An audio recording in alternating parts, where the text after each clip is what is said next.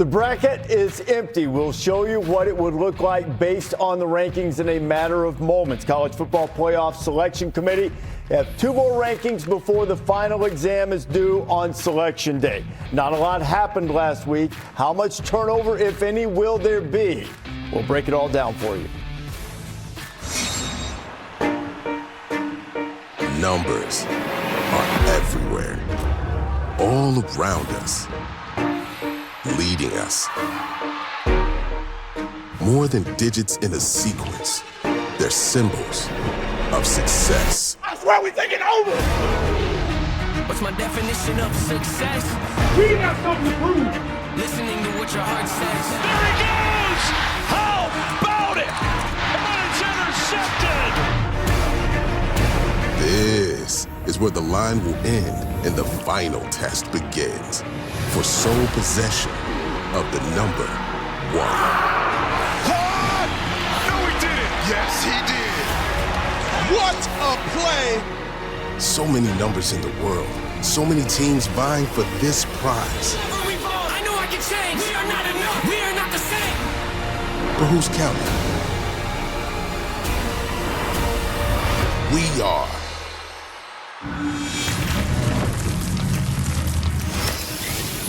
Welcome to College Football Playoff Top 25, presented by Capital One. Rivalry week is here. The stakes are high as the pressure mounts. We'll show you the rankings, and we'll see them when you do. College Football Playoff Top 25. Reese Davis, Booger McFarland, Joey Galloway, Dusty Dvorak with us tonight. What are you expecting? Well, the committee's been waiting on Oregon to play someone and get a win of significance. They finally got one against USC. How high can they go? Do they jump Ole Miss? Let's see what they do with the Ducks tonight. More losses in from the 20 to 25. Tulane was the only group of 5 that was ranked last week. And once again, 21, 22, 23 loss. Let's just see if there's more group of 5 teams that move into these rankings. Just let's make it interesting. I'm curious about Utah and Miami. Can Miami jump Utah? 17-point win on the road in Blacksburg. You look at what Utah did. They had to survive down 12 against Kansas State. They gave up almost 500 yards rushing.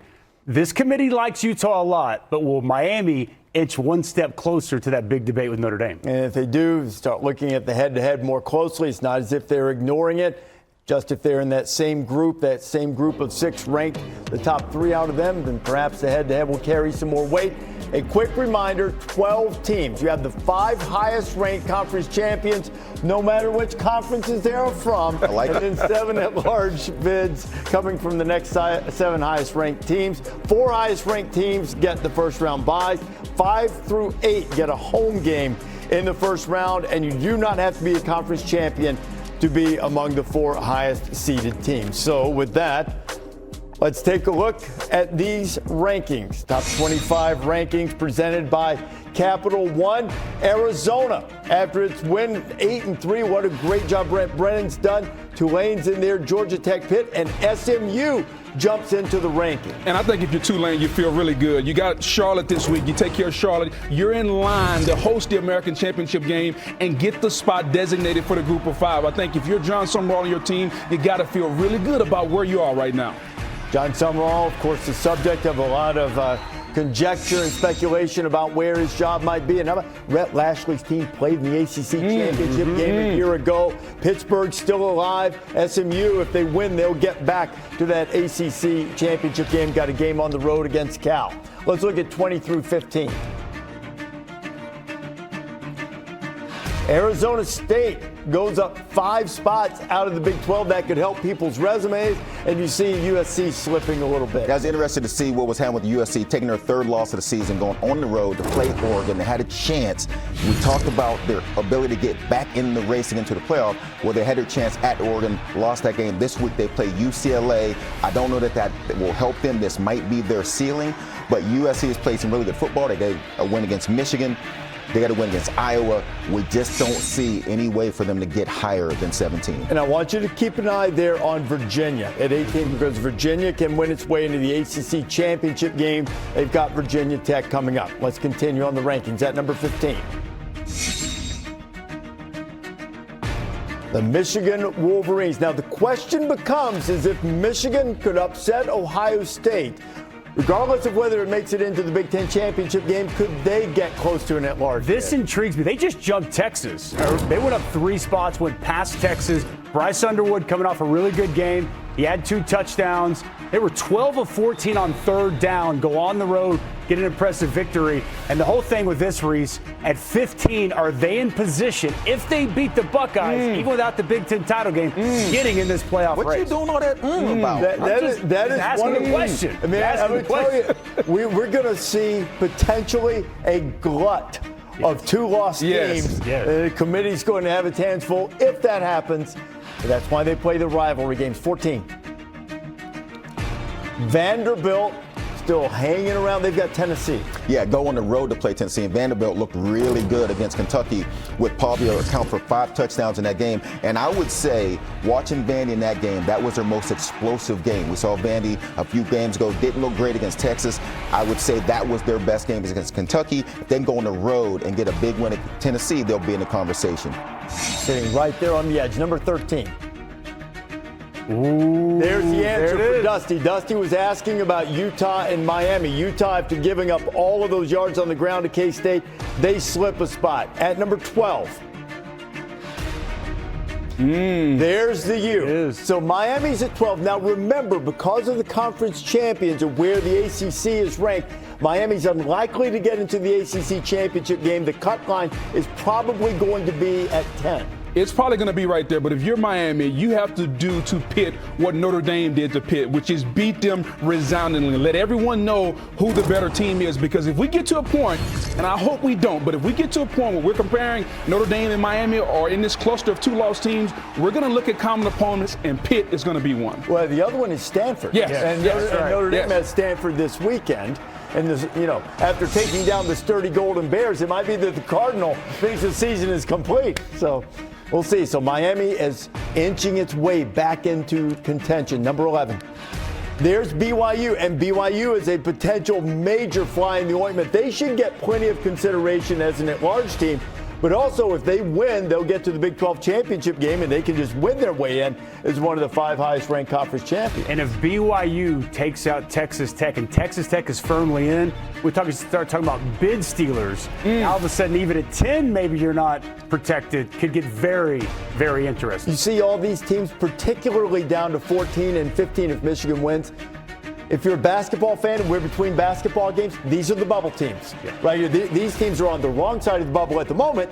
And then at number 10, the last team in the field at the moment is Alabama. So Alabama's on the right side of the bubble. They finish up at Auburn in primetime Saturday night. Number 9.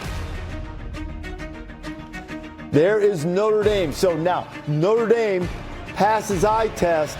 Eye test Notre Dame, resume Alabama. Right now, that's where they stand. And this committee has told us from the beginning, this is an eye test committee. You don't have to like it, but they have been consistent with that. And the performance they had against Syracuse, 35-0 in the first quarter, left no doubt. 21-0 before the offense even touched the ball. Jeremiah Love, 171 yards on 8 carries. Notre Dame is playing as well as anybody in college football. And Syracuse is another common opponent with Miami. And I don't know that they didn't do the same thing. I think Miami beat Syracuse 38-10, something like that. Well, Notre Dame, if we're talking eye test, nobody looked better than them last Saturday. They look pretty darn good. There's few teams that look better than them in the country. They look pretty darn good. I agree, but let's also concede that nobody's looked worse than Syracuse. No doubt about it. Times. I mean, they don't have a quarterback right now, Number 8, there's the Oklahoma Sooners. And I think if you're Oklahoma, you have LSU coming to your place in Norman with an opportunity to go 10-2. You can't get in the SEC title game. And if you beat LSU, I think this pretty much secures them a spot in the playoff. It's not 100%, but it's going to be pretty close. John Mateer, can they get some consistency out of him and get the offense moving in the right direction? They can't run the football, but he's made up for a lot of it. I think it could secure them a home field playoff game, not just in the playoff. It would be really fascinating to see the head-to-head if Alabama can beat Auburn and get to the SEC championship game, where that would all stack up at the end, too, and how they would view that. Number 7. Ole Miss slips a spot after Oregon's impressive win against USC. Ole Miss, Dusty, you're going to call the Egg Bowl Rebels will finish up there, and of course all the Lane Kiffin drama going on that potentially could be an issue too, depending on what the Rebels do in the last regular season game. Number 6, Oregon. Wondered if they, might jump all the way up to 5, but they move up a spot after an impressive performance against USC. Well, the committee's been waiting all year long. Where they had the one-loss Ducks ranked at, they've been waiting on them to get a win of significance. They finally get it. They moved them up. They've been teasing us, and now they finally did it.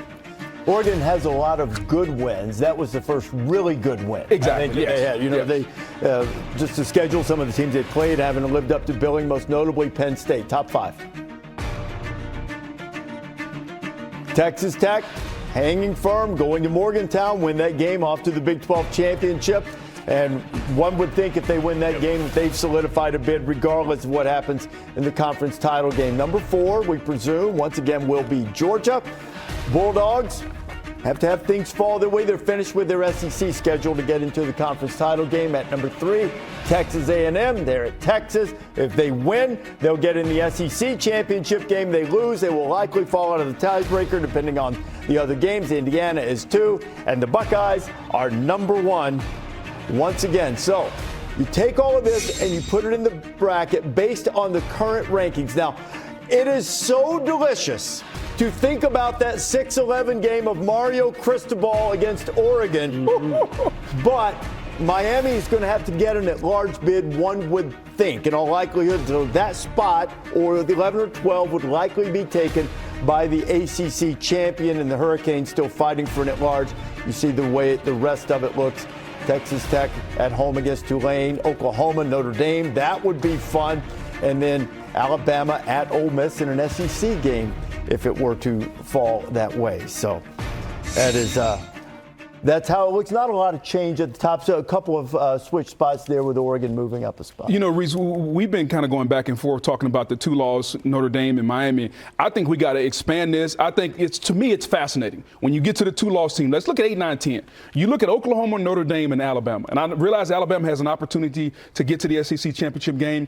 But how do you break those teams down? Like when you look at 8, 9, and 10, those 2-loss teams, the committee, I don't envy them in the position they're in with the amount of 2-loss teams that we potentially could have.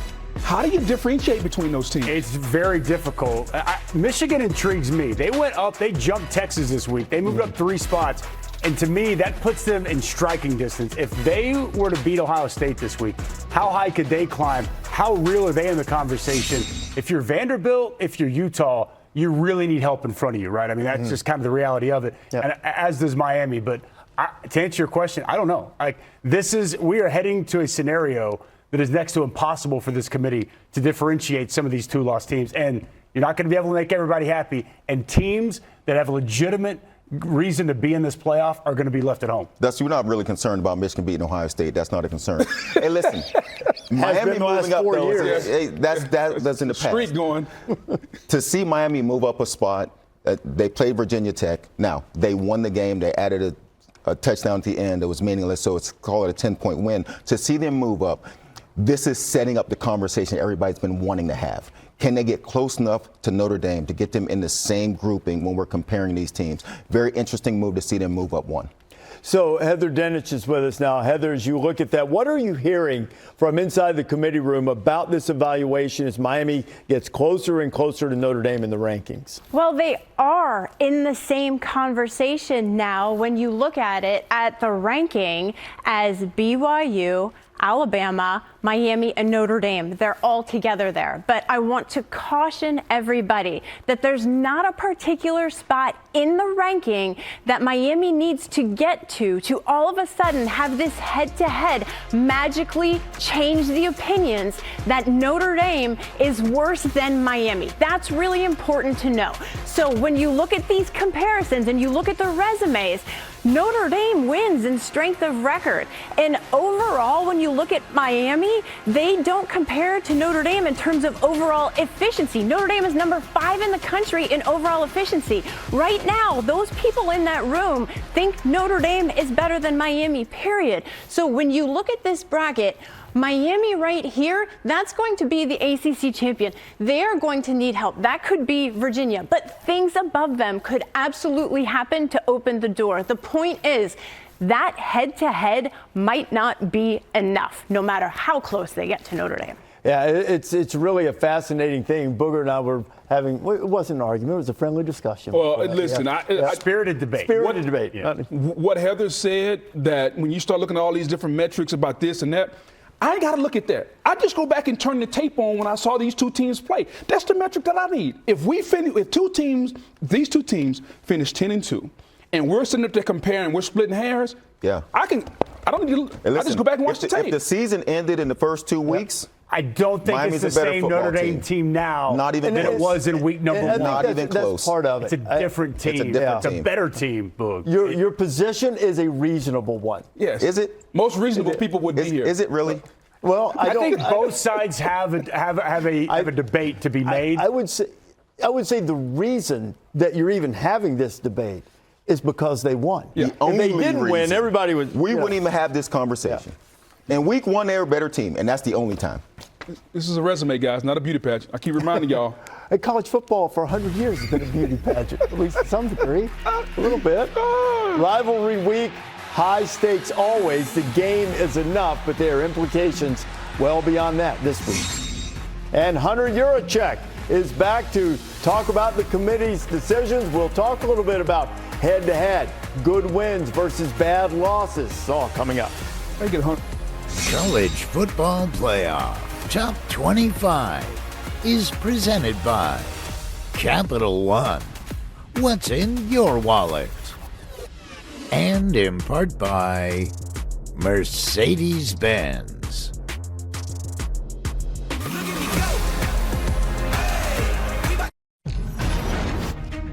College Football Playoff Top 25. As you look at the bracket, it is presented by Capital One. This is the way the bracket would look based on the current rankings. As Heather and I both pointed out, I know Miami's sitting there at 11 now. It is unlikely that the Hurricanes make it to the ACC championship game, so they are in all likelihood fighting for an at-large bid, and that 11 would probably go to the ACC champion. But good-looking bracket at the moment, some tremendous matchups. We're joined by the chair of the College Football Playoff Selection Committee, Hunter Yurachek. Hunter, not a lot of changes. You had to go all the way down to number 15 last week to find a team that lost when SC lost to Oregon. But there was a change at 6-7 with Oregon and Ole Miss swapping spots.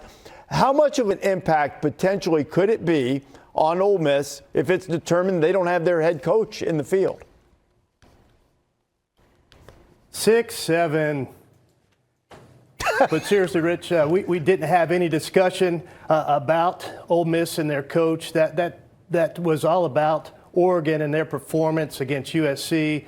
Their strength of schedule continues to climb. They've been dominant on the offense and defensive side of the ball, really good in special teams. And the committee had been waiting for them to have a signature win to really put them where we thought they deserved to be. Okay, very quickly, let's go. That is part of the criteria, though. If that were to occur, then that can be part of the consideration in evaluating Ole Miss, right?